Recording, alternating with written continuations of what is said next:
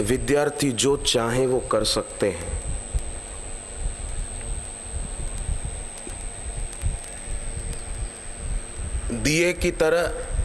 दिए की ज्योति की तरह ऊपर भी उठ सकते हैं और पानी की तरह बहते हुए खड्डों में और तालाबों में जैसे पानी सड़ जाता है, ऐसे भी जीवन जी सकते हैं।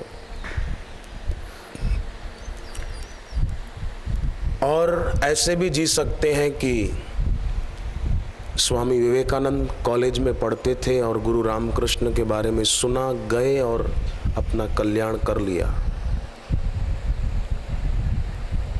आइंस्टाइन बचपन में बहुत कमजोर थे, परंतु शिक्षक ने खाली इतना ही कहा कि 7 जन्म में भी गणित नहीं सीख सकते तुम।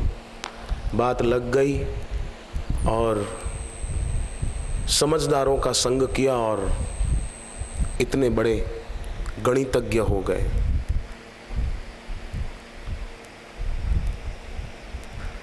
हर बीज में से फूल उग सकते हैं, पर हर बीज में से फूल उगते नहीं हैं। उग सकते थे।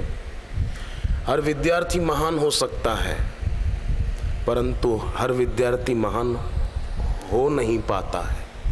हो सकता है, संभावना पूरी थी।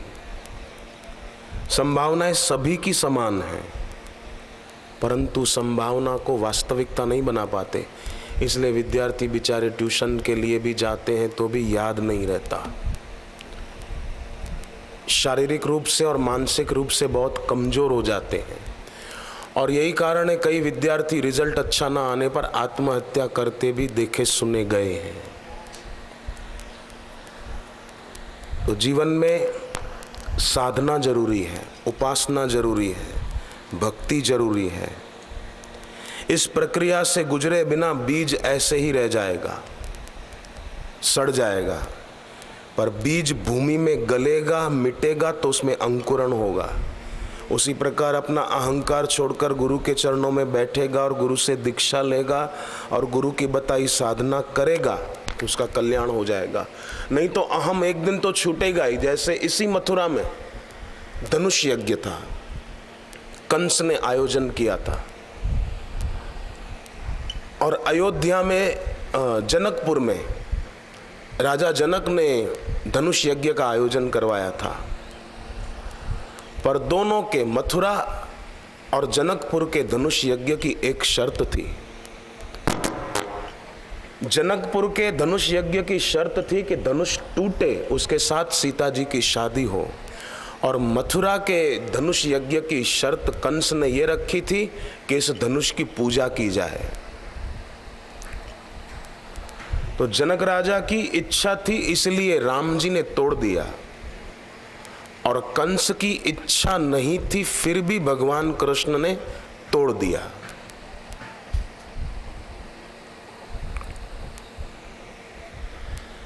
अब अहम का धनुष व्यक्ति समझदारी से तोड़ दे तो अच्छा है, नहीं तो भगवान एक दिन तोड़ ही देते हैं। मृत्यु आएगी तो क्या रहा, कहां चली जाती है हेकड़ी। तो याद रहे सदा कि जिंदगी के हाथ से समय की धारा बहती चली जा रही है, जैसे पानी की धारा बहती चली जाती है। ऐसे ही जिंदगी के हाथ से समय की धारा भी बहती चली जा रही है।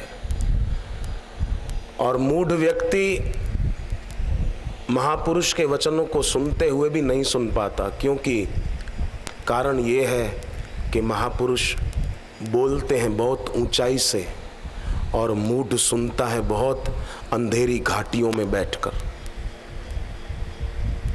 इतनी दूर से आवाज प्रतिध्वनि की तरह सुनाई देती है और उसमें आदमी शब्दों का अर्थ का अनर्थ कर देता है।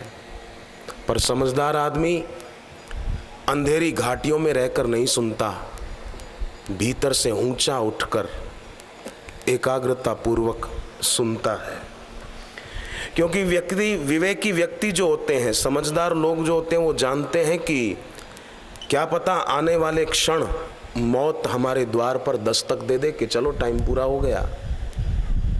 क्या पता, जरूरी नहीं है कि 60 साल की उम्र के बाद ही मरेंगे। 22-23 साल के लड़के लड़कियां कई हमने सुने देखे हैं, बेचारे दुनिया से चले जाते हैं, पर कुछ कमाई किए बिना जाते हैं तो बड़े दुखी होकर जाते हैं। पर जो जीवन काल में कमाई कर लेते हैं, इस प्रकार सत्संग में बैठकर सुने, गुरु से दीक्षा पाकर जप करे, तो उनको पीड़ा नहीं होती, दुख नहीं होता है। तो शरीर का जन्म भगवान की कृपा से मिला है, मनुष्य शरीर का। ये तो खाली एक भूमिका है। जैसे क ख ग घ इस वर्णमाला से वेद का निर्माण भी हो सकता है, गीता के श्लोक लिखे जा सकते हैं, तुलसीकृत रामायण की चौपाइयाँ लिखी जा सकती हैं, गीता आविर्भूत हो सकती है, परंतु उसी वर्णमाला से लोग गंदे शब्द निर्मित कर लेते हैं, गंदे गीत निर्मित कर लेते हैं, एक दूसरे का अपमान हो ऐसे शब्द निर्मित कर लेते हैं। तो विद्यार्थी, आप सावधान रहें। ये उम्र बहुत अच्छी है। इस उम्र में चाहें तो बहुत भीतर से उन्नत होंगे तो बाहर के जीवन में भी उन्नति दिखाई देगी। दिल्ली में एक लड़का 21-22 साल का बिजनेस करता है, लाखों रुपया कमाता है। 21 साल का होगा बस। दूसरे एक जवान है 28 साल के, अपनी चैनल चलाते हैं 28 साल की उम्र में।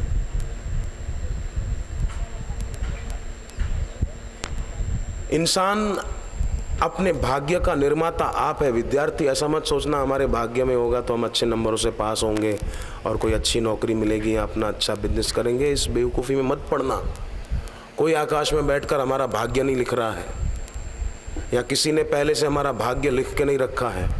हम अपने भाग्य के लेखक और भाग्य के निर्माता खुद हो सकते हैं। खुद अपना भविष्य जैसा चाहे उज्जवल, चाहे तो फिर अंधकारमय, जैसा चाहे ऐसा भविष्य हम अपना बना सकते हैं। जैसे कोरे कैनवास के बोर्ड पर जो चित्र बनाना चाहे वो बना सकते हैं, अच्छा या बुरा, शीलवान व्यक्ति का चित्र या अश्लील व्यक्ति का चित्र, जो बनाना चाहे, कीचड़ का कि कमल का, जो बनाना चाहे बन जाएगा। हमारे हाथ की बात है। पर अधिकतर लोग इस दुनिया में दुखी होकर जीते हैं और दुखी होकर मर जाते हैं। कांटे ही उगाते हैं। फूल खिल सकते थे, सुगंध बिखर सकती थी, दूसरों को भी सुगंध मिलती और उनका जीवन भी निखर जाता, पर कांटे उगाते हैं, फूल नहीं उगा पाते और दूसरों को भी चुभते रहते हैं कमबख्त। नहीं तो दूसरों को भी पुष्ट कर सकते थे। ऋग्वेद में आया है कि मनुष्य शरीर एक दैवी वीणा है, इससे बढ़िया गीत प्रकट कर सकते हो, सुनने वाला आनंदित हो जाए। जैसे संगीत के साधन हैं, इन संगीत के साधनों से शोर भी पैदा कर सकते हैं और संगीत के साधनों से ऐसा संगीत पैदा कर सकते हैं कि सुनने वाला नाच उठे, एकदम सुनते ही झूम उठे, उसके पैर अपने आप नृत्य करने को मजबूर हो जाए। ऐसा संगीत भी पैदा हो सकता है और उन्हीं संगीत के साधनों से शोर भी पैदा कर सकते हैं। उसी प्रकार मनुष्य जीवन से आदमी अपना जीवन अंधकार में धकेल भी सकता है और ऐसा जीवन जिए कि बस माँ बाप भी खुश हो जाए, दादा दादी हो तो वो भी खुश हो जाए, अरे ईश्वर राजी हो जाए, माँ बाप की बात क्या, भगवान प्रसन्न हो जाए कि वाह धन्य है, अपना जीवन सही ढंग से जिया है। बेटा अपने बाप का नाम बल्ब के ऊपर लिख रहा था तो मेहमान ने पूछा कि बल्ब पे पिताजी का नाम क्यों लिख रहे हो? बोले शिक्षक ने कहा है बाप का नाम रोशन करना सीखो। ये बल्ब होल्डर में लगाऊंगा, स्विच ऑन करूंगा, मेरे पिताजी का नाम रोशन हो जाएगा। अब ऐसे तू पिताजी का नाम रोशन करेगा? तो मनुष्य शरीर एक दैवी वीणा है, इसको बजाना सीखो, जीवन जीना सीखो। कई लोग बोलते हैं कि मेरे को तो आपकी याद बहुत आती है, एक दूसरे को मेरे को आपकी याद बहुत, लड़का लड़की को बोले मेरे को आपकी याद बहुत आती है, आपके बिना हम जी नहीं सकते, आपके बिना हमको पानी भी गले से नहीं उतरता। झूठे, आइसक्रीम खा के आया अभी, उसका क्या, मेरे को पानी का घूंट नहीं उतरता है, मेरे को आपकी याद बहुत आती है। ये तो सब बकवास है, याद बहुत आती है, कोई किसी को याद नहीं करता। ईश्वर के सिवाय हमारा कोई प्रेमी, हितैषी, हितचिंतक ईश्वर और गुरु एक ही है, इनके सिवा कोई नहीं हो सकता। प्रेम करने योग्य ये है। प्रीति चरणों में बढ़ानी हो तो इनके चरणों में बढ़ाओ। बाकी दुनिया में कहीं भी मन लगाया तो अंत में रोना ही पड़ेगा। तो मनुष्य शरीर दैवी वीणा है। गुरु चरणों की भक्ति के अभाव में ये वीणा ऐसे ही खत्म हो जाती है, तारों में जंग लग जाता है, टूट जाती है तारें, बिखर जाता है संगीत जिससे कोई झूम सकता था, घर रोशन हो सकता था, पर अंधेरे में जीवन पूरा हो जाता है। ऐसा जीवन किस काम का? उजाले में जीवन जिए। कोई हमसे मिले तो उसको भी उजाला मिलना चाहिए। ऐसा जीवन जियो। जवान आदमी होकर मरे मरे होकर बैठना, कई लोग बैठते भी जैसे कोई मुर्दा पड़ा हो, ऐसे बैठते। ऐसे बैठना चाहिए कि लगे कि कोई बैठा है, वीर। चलना भी ऐसे चाहिए, सिंह की चाल चलना चाहिए, सियारों की चाल नहीं चलना चाहिए। चले तो लगे कि कोई जा रहा है, जवान। ऐसी शाही चाल चला करो, अहंकारी की चाल नहीं, शालीनता की चाल चलो, शालीनता का जीवन जियो। बीज छोटा दिखाई देता है परंतु बड़े वृक्ष को अपने में छुपाए हुए हैं। ऐसे ही अभी उम्र छोटी लगती है पर बहुत बड़ी संभावना को हम अपने में छुपाए हुए हैं। ध्यान, साधना, जप, तप, भगवान नाम स्मरण के द्वारा हम उस संभावना को असलियत बना सकते हैं। एक बीज में एक वृक्ष छुपा है, इतना ही नहीं, उसमें और कई बीज छुपे हुए हैं। और विज्ञानी बोलते हैं एक वृक्ष के बीज के द्वारा सारी धरती को हरा भरा बनाया जा सकता है। उसी प्रकार एक विद्यार्थी क्या नहीं कर सकता?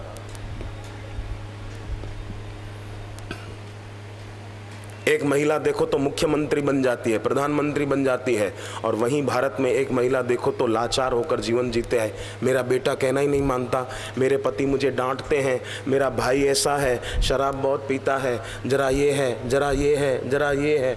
इसी में खप जाते हैं बेचारे। उत्साही जीवन जिए, प्रमादी जीवन न जिए विद्यार्थी, प्रमोदी जीवन जिए, आनंदित और उल्सित जीवन जिए। मनमुक्ता नहीं, स्वतंत्रता नहीं, स्वाधीनता। मनमुक्ता नहीं, गुरुमुक्ता। जीवन में कभी बिखरना नहीं, निखरना। तो जीवन की सार्थकता है। धारा बहती रहे, माने रोज सत्कर्म जप तप होता रहे, धारा बहती रहे गंगा की, यमुना की, तो गंगा सागर तक पहुंच जाती है। रुक जाए तो क्या होगा?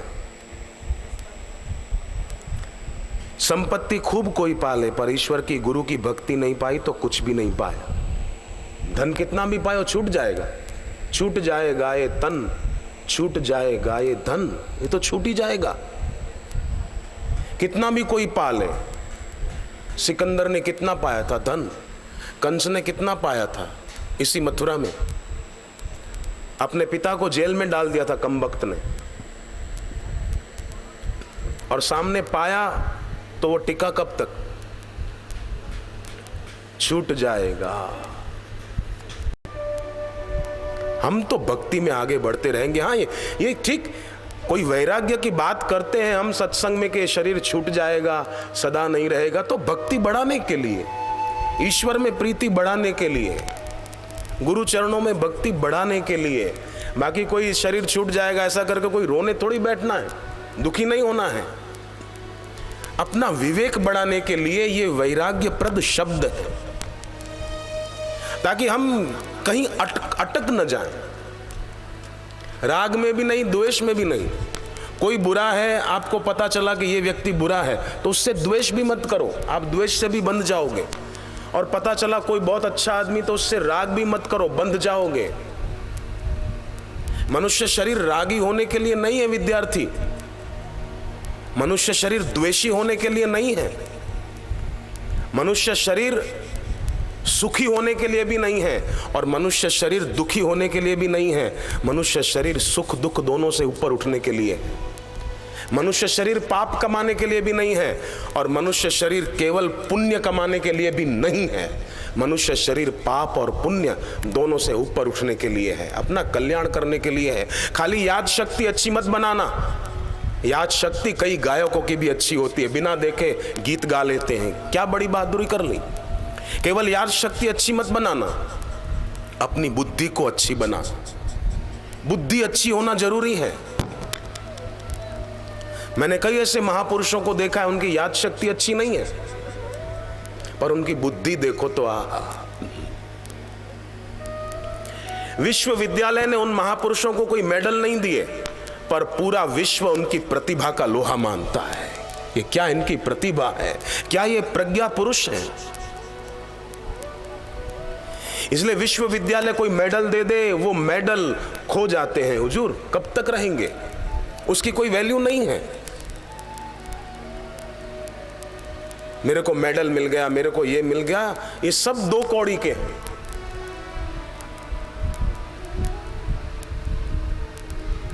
किसी ने कोई डिग्री पा ली और उसका सम्मान हुआ, तो ये उस व्यक्ति का सम्मान नहीं है, उस डिग्री का सम्मान है। आपने अपना अपमान किया। इसलिए डिग्रियां पाओ, अच्छी तरह से पाओ, पर वो ही सब कुछ है ये मानने की भूल मत करना विद्यार्थी। स्कूलों में लिखा होता है सा विद्या या विमुक्त है। विद्या वो है जो हमको मुक्त कर दे। स्कूल की विद्या मुक्त नहीं करती, टेंशन बढ़ाती है। एक विद्यार्थी ने MBA की पढ़ाई पूरी कर ली, तो क्या उसको मुक्ति मिल गई? टेंशन हो गया, नौकरी के लिए चिंता थी, मुझे कहीं सर्विस मिल जाए। श्री आशा रामायण के 108 पाठ किए, गुरु मंत्र का जप किया। अभी रिलायंस में सर्विस करते हैं, 1 साल का 42 लाख रुपया मिलता है। MBA करने से टेंशन नहीं मिटा, टेंशन बढ़ गया था, पर गुरु मंत्र का जप करने से और श्री आशा रामायण का पाठ करने से टेंशन मिटा। पर मैं तो कहूंगा अभी भी 42 लाख रुपया 1 साल का मिले किसी को नौकरी में, यह भी कोई बड़ी बात नहीं, क्योंकि यह भी छूट जाएगा। छूट जाएगा ये तन, छूट जाएगा ये धन, छूट जाएगा ये तन, छूट जाएगा ये। सदा ना रहा है, सदा ना रहेगा, सदा ना रहा है, सदा ना रहेगा। जाने वाले हैं हम, छूट जाएगा ये तन, छूट जाएगा ये धन, छूट जाएगा ये धन, छूट जाएगा ये धन।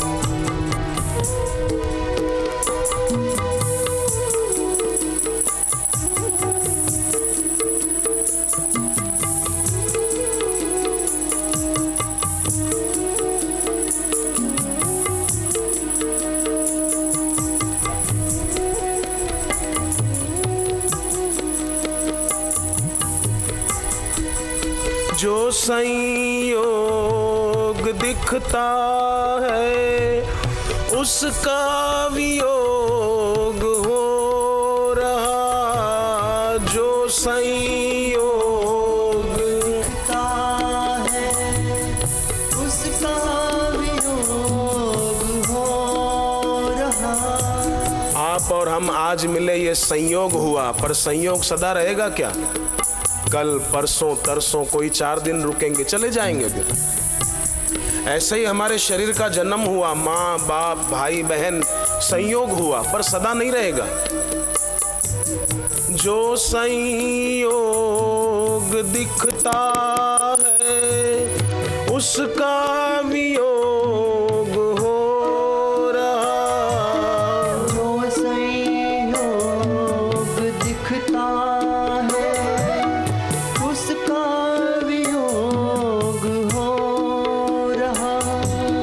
क्षण भंगुर को पाने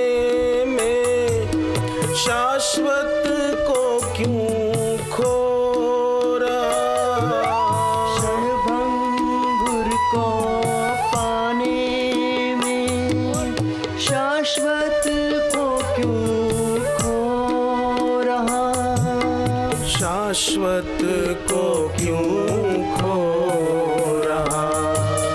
भक्ति हमारी बस बड़े, भक्ति हमारी बस बड़े, विघ्न हो कितने खड़े, हो कितने खड़े। सदा ना रहा है, सदा ना रहेगा, सदा ना रहा है, सदा ना रहेगा। जाने वाले हैं हम, छूट जाएगा ये तन, छूट जाएगा ये धन, छूट जाएगा ये तन, छूट जाएगा ये धन। एक बुजुर्ग दादा जा रहे थे, किसी कॉलेज के सामने से गुजरते हुए, बहुत बूढ़े हो गए थे, कमर से झुककर चल रहे थे।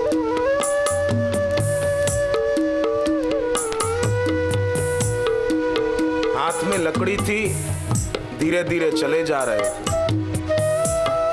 कॉलेज के कुछ मन चले लड़कों ने आवाज दी, दादा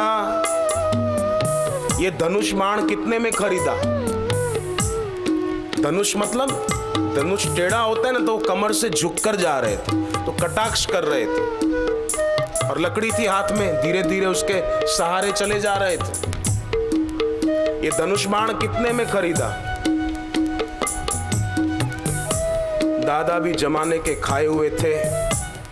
उन्होंने कहा, बेटे भाव पूछने की जरूरत नहीं है, थोड़े वर्षों के बाद तुमको मुफ्त में ही मिल जाएगा, क्योंकि अपनी जवानी तुम बर्बाद कर रहे हो, अपनी जवानी तुम सार्थक नहीं कर रहे हो।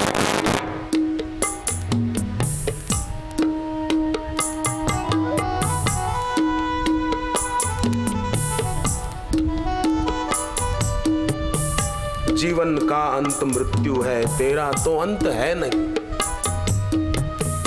हम उस अनंत ईश्वर को पालें, गुरु के ज्ञान के द्वारा, गुरु की उपासना के द्वारा उस अनंत को पालें। सत्संग इसीलिए है विद्यार्थी, केवल याद शक्ति अच्छी कर ली और अच्छे नंबरों से पास हो गए, ये कोई बड़ी बहादुरी की बात मैं नहीं मानता। पास हो भी गए अच्छे नंबरों से, चलो तो क्या हो जाएगा, नौकरी अच्छी मिल जाएगी, अच्छे बिजनेसमैन हो जाएंगे, फिर खूब रुपया कमाएंगे, फिर मर जाएंगे।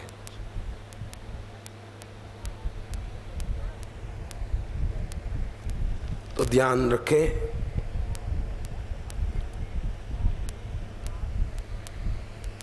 थोड़ी भी समझ हो ना तो व्यक्ति अपनी जवानी में मनमानी नहीं करेगा, गुरु के आदेश अनुसार चलेगा। आप एक बात बताओ, स्कूल में होता क्या है? पढ़ाई होती है,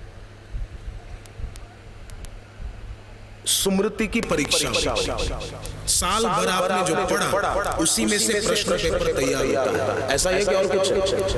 बोलो विद्यार्थी बहने, ठीक बोलो। पूरा साल आपने जो पढ़ाई की उसी में से प्रश्न पेपर तैयार होता है। पर याद रखना, जिंदगी कोई टेक्स्ट बुक नहीं है कि आंसर गाइड पढ़कर आप उत्तर दे दोगे। जिंदगी नए सवाल उठाएगी, वहां फिर अटक जाओगे। वहां आंसर गाइड से काम नहीं चलेगा, वहां अपनी पवित्र बुद्धि की जरूरत पड़ेगी, वहां सूक्ष्म बुद्धि की जरूरत पड़ेगी, तब काम होगा।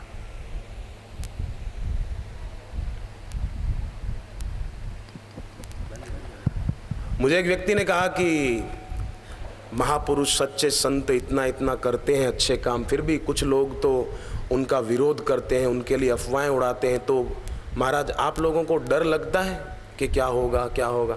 मैंने कहा कि याद रखना प्यारे, पौधा छोटा होता है ना तो उसको डर होता है कि कोई कुचल न डाले। कल्प वृक्ष को कोई डर नहीं होता कि उसको कोई कुचल डालेगा। कल्प वृक्ष अपनी महिमा में मस्त रहता है। कल्प वृक्ष को काहे का डर कोई कुचल डालेगा? कल्प वृक्ष के नीचे कोई आएगा ना उसकी मनोकामना पूरी हो जाएगी। कल्प वृक्ष को कोई डर नहीं है। मेंढक कितनी भी टर टर करे, चंद्रमा का क्या बिगाड़ लेगा? मेंढक बहुत टर टर करता है, चंद्रमा का क्या बिगाड़ लेगा वो? ऐसे ही निंदक कितनी भी टर टर करे और गलत बातें फैलाए समाज में, संत तो चंद्रमा और सूर्य की तरह सदा प्रकाशते हैं और प्रकाशते रहेंगे। कोई उनका बाल बांका मेंढक जैसे लोग कर नहीं पाएंगे। वो तो अचल है अपनी महिमा। और चंद्रमा की परछाई जरूर पानी में दिखाई देती है। चंद्रमा कभी नीचे नहीं आता, वो तो अपनी महिमा में ही रहता है। वो तो ऊपर ही है, वो ऊंचाई है। वो संकेत दे रहा है तुम भी ऊंचा जीवन जियो, तुम भी अपने द्वारा प्रकाश फैलाओ, शीतलता फैलाओ। जैसे शरद पूनम का चांद वो व्यक्ति को निरोगी बना सकता है, आंखों की बीमारियां मिटा सकता है, उसी प्रकार गुरु का ज्ञान अगर कोई व्यक्ति विचारे तो अपनी आंखों की बीमारी जो द्वैत की है, किसी को देखे तो फिजिकली अट्रैक्शन हो, ये बड़ी बीमारी है। इस बीमारी को आदमी मिटा सकता है गुरु के द्वारा, गुरु की उपासना के द्वारा। द्वैत न रहे। फिर जहां जहां नजर मारी पड़े यादी भरी छे आपनी, दूसरा नहीं दिखेगा, सब आपके लिए दर्पण हो जाएंगे, आईना हो जाएंगे। दर्पण में आप चेहरा देखते हो, बोलो भाइयों क्या कोई दूसरा दिखता है आपको? बहनों बच्चियां बोलो, आईने में आप चेहरा देखते हो दूसरा दिखता है? आपको अपना ही चेहरा दिखता है। ऐसे ही भक्ति में आगे बढ़े ना तो ये सब सारा विश्व आपके लिए आईना बन जाएगा। लगेगा कि ये भी मैं ही हूं, ये मैं ही हूं, ये मुझसे अलग नहीं है। दृश्य जिससे दिखता है, मैं आपको देख रहा हूं, ये दूसरा बाहर का दृश्य, दृश्य जिससे दिखता है वो चर्म चक्षु है। ठीक है ना? कोई शंका हो तो बोलना। हाँ, दृश्य जिससे दिखता है वो चर्म चक्षु है, परंतु अदृश्यो अव्यक्त रूपश्च, जो अदृश्य है, जो अव्यक्त है, उसको अगर देखना हो ना तो श्रद्धा की आंख चाहिए। गुरुदेव दिखते हैं, गुरुदेव के दर्शन होते हैं, अभी आएंगे बापूजी तो दर्शन होंगे, पर गुरुदेव की जो गुरुता है वो इन आंखों से सब नहीं देख पाते। अगर देख पाए ना तो कहना ही क्या। गुरु की गुरुता दिखती नहीं। सूर्य का आकार है, सूर्य के प्रकाश का कहां आकार है? कोई चंद्रमा का आकार है, चांदनी का कहां आकार है? पंखे का आकार है, हवा का कोई आकार है? नहीं है। तो गुरु की गुरुता की तरफ उसकी आंख उठती है जो दिखने वाले किसी के आकार के प्रति आकर्षित नहीं होता है, जिसकी दृष्टि में किसी का आकार महत्वपूर्ण नहीं रहा। आजकल लोगों की आंखों में किसी का आकार बड़ा महत्वपूर्ण हो जाता है, इसलिए उसी को याद करते रहते। मुझे तेरी याद बहुत आती। खाक, तू याद करेगा, तेरी याद का महत्व ही क्या? तू भी जिंदगी खराब करेगा, उसकी भी खराब करेगा।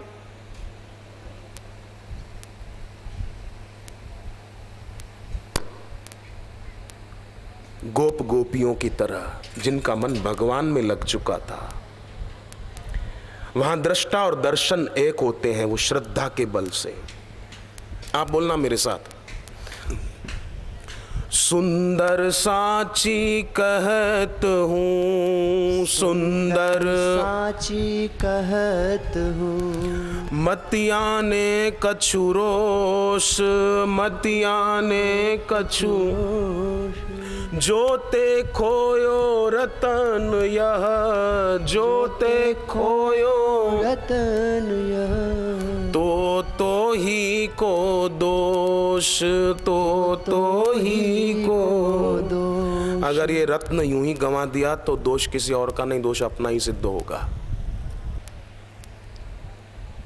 व्यर्थ शब्द जो ज्यादा बोलता है उसकी याद शक्ति कमजोर हो जाती है। एक बात ये ध्यान में रखो खास।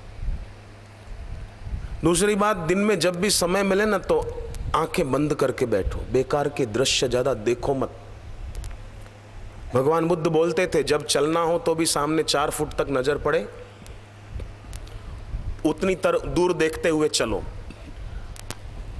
ज्यादा इधर उधर देखते हुए मत चलो, क्योंकि देखने से आदमी कई यात्राओं पे चला जाता है। फालतू देखो मत। एक बाबा थे श्रीपाद बाबा,